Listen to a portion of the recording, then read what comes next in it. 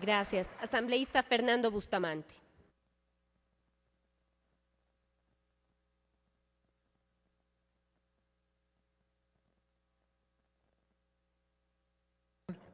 Es hacer algunas observaciones, hacer algunas solicitudes en el sentido de textos que me gustaría sugerir que se incluyan también en la versión final que votaremos, espero, prontamente. Si me queda tiempo, voy a hacer algunos comentarios sobre el debate que se ha realizado hoy día. Pero básicamente, yo quisiera hacer observaciones respecto a la propuesta que consta en el borrador respecto a la Agencia de Regulación y Control del Agua que estaría siendo creada como resultado de esta ley. Y quisiera sugerir, y me podría permitir leer los textos que quiero proponer al ponente para que los incorpore, para que quede claramente definida cómo es esta agencia y cuáles son sus funciones. Quiero sugerir un texto por el artículo 227, que es el que dice qué es esa agencia. Y voy a leer: la Agencia de Regulación y Control del Agua, por sus siglas ARCA, es un organismo de derecho público de carácter técnico-administrativo adscrito a la Autoridad Única del Agua, con personalidad jurídica, autonomía administrativa y financiera, con patrimonio propio y jurisdicción nacional. Inciso segundo, la Agencia de Regulación y Control del Agua ejercerá la regulación y control de la gestión integral e integrada de los recursos hídricos, de la cantidad y calidad del agua en sus fuentes y zonas de recarga, de la calidad de los servicios públicos relacionados al sector agua y en todos los usos, aprovechamientos y destinos del agua. Inciso 3. En el reglamento de la presente ley se establecerá la integración y estructura de la Agencia de Regulación y Control de Agua. Inciso 4. La gestión de regulación y control de la agencia será evaluada periódicamente por la Autoridad Única del Agua. Respecto al artículo 228, quiero proponer el texto que doy lectura a continuación, que se refiere a las competencias de esta Agencia de Regulación y Control. La Agencia de Control y Regulación tendrá las siguientes competencias en la propuesta que hago. 2 puntos. A. Dictar, establecer y controlar el cumplimiento de las normas técnicas sectoriales y parámetros para regular el nivel técnico de la gestión del agua, de conformidad con las políticas nacionales. B. Certificar la disponibilidad de agua a petición de parte, en base a la información registrada sobre inventarios, balances hídricos, autorizaciones y permisos otorgados. C. Custodiar y administrar la información hídrica de carácter técnico y administrativo. D. Recopilar, procesar y administrar la información hídrica de carácter técnico y administrativo. E. Regular y controlar la calidad y cantidad del agua en sus fuentes, zonas de recarga y descarga. F. Coordinar con la autoridad ambiental las acciones de control correspondientes a fin de que las descargas a cuerpos receptores cumplan con las normas y parámetros emitidos. G. Normar y controlar el cumplimiento de los criterios y estándares de calidad de servicios del sector. H. Emitir normas técnicas para el diseño, construcción y gestión de la infraestructura hídrica. I.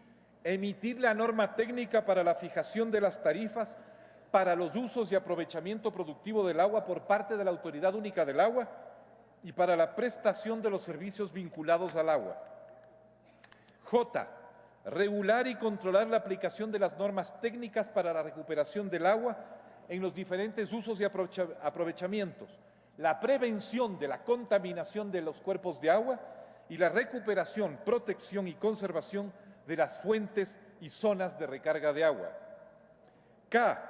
Controlar el cumplimiento de las obligaciones contempladas en las autorizaciones de uso y aprovechamiento de agua. L. Controlar el cumplimiento de las regulaciones nacionales y sancionar su incumplimiento, de acuerdo a los procesos técnicos diseñados para el efecto.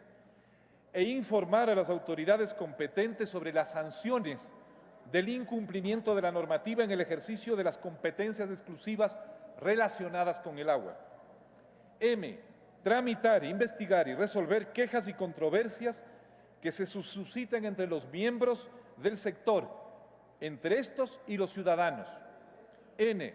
Regular y controlar la gestión técnica de todos aquellos servicios públicos básicos vinculados con el agua. O.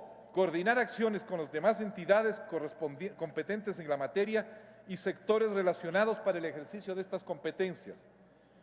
P. Emitir el informe técnico previo a la autorización de descarga dada por la Autoridad Única del Agua. Quisiera, junto con la propuesta que acabo de hacer de redacción de estos dos artículos, recomendar y pedir a la comisión y al ponente que se mejore el contenido y la redacción de los artículos 220, enumerado, que establece el objetivo del Sistema Nacional Estratégico del Agua, del 221, 224, 227 y 228, y la supresión de algunos artículos que paso a enumerar.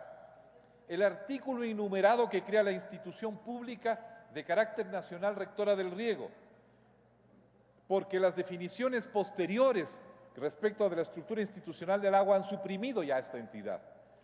Del artículo 223 sobre la Secretaría Nacional, porque ya consta en el artículo 221, es redundante. El artículo enumerado que define la Superintendencia de Recursos Hídricos, artículo enumerado que se encuentra entre el 228 y 229, porque esas competencias ya están en el ARCA. El artículo enumerado que está definiendo entre el 228 y 229 las autoridades de la Superintendencia de Recursos Hídricos, y también porque las competencias ya pertenecen al ARCA. El artículo 230, que se refiere a la autoridad de demarcación hidrográfica, porque la Autoridad Única del Agua actúa en todo el territorio nacional, pudiendo no adoptar el nombre de autoridad de demarcación. El artículo 235, que define los comités sectoriales, porque es innecesario incluirlos como partes del Sistema Nacional Hidrográfico, sin que por ello, si los usuarios decidan crearlos.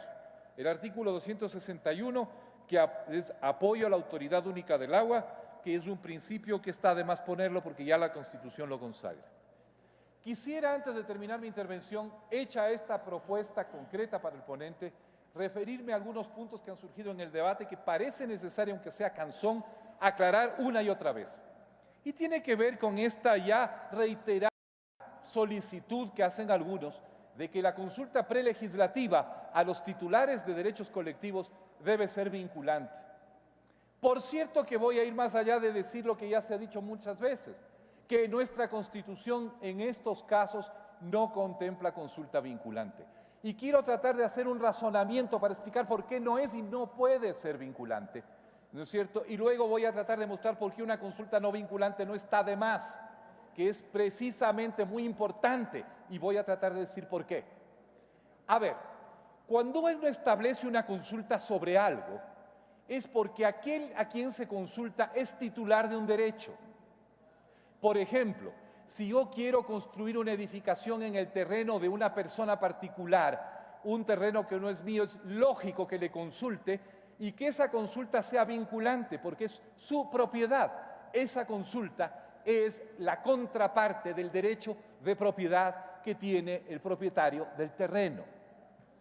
Cuando el derecho respecto al cual se genera la obligación de consultar no es un derecho de propiedad, no es un derecho exclusivo, no es un derecho privativo, no puede ser vinculante la consulta porque hay otros titulares de derechos que están también involucrados. Si yo hiciera vinculante la consulta a quien tiene un derecho pero no excluyente ni exclusivo, estaría conculcando los derechos que sobre ese mismo objeto tienen los que no han sido consultados.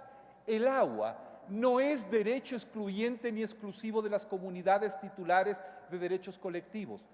Los derechos colectivos sobre el agua no son todos los derechos que existen en el país sobre el agua, porque el agua, todos ustedes comprenderán, es algo que nos concierne y nos afecta a todos los seres vivos del planeta, ni siquiera a los humanos. Por lo tanto, Todo lo que decidamos sobre el agua es algo que vitalmente concierne al menos a todos los ciudadanos de este país.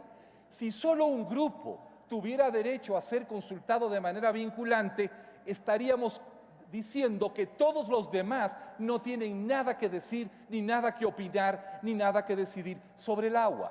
Por eso es que no es no vinculante, por eso es que tiene que mantenerse de esa manera. Y termino con la disculpa de la presidenta. ¿De dónde acá que consultar no obligatoriamente no tiene sentido? ¿Cuántas veces nosotros en nuestra vida consultamos a un amigo, a un pariente, a nuestra pareja sobre un asunto de interés común sin que nos digan, si no vas a hacer lo que yo te digo, entonces ¿para qué me consultas?